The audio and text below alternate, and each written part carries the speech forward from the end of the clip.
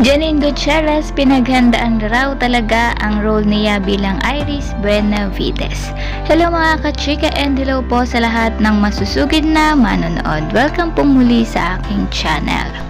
Aminado nga ang aktres na pinaghandaan nga raw niya talaga ang role niya bilang Iris Benavides.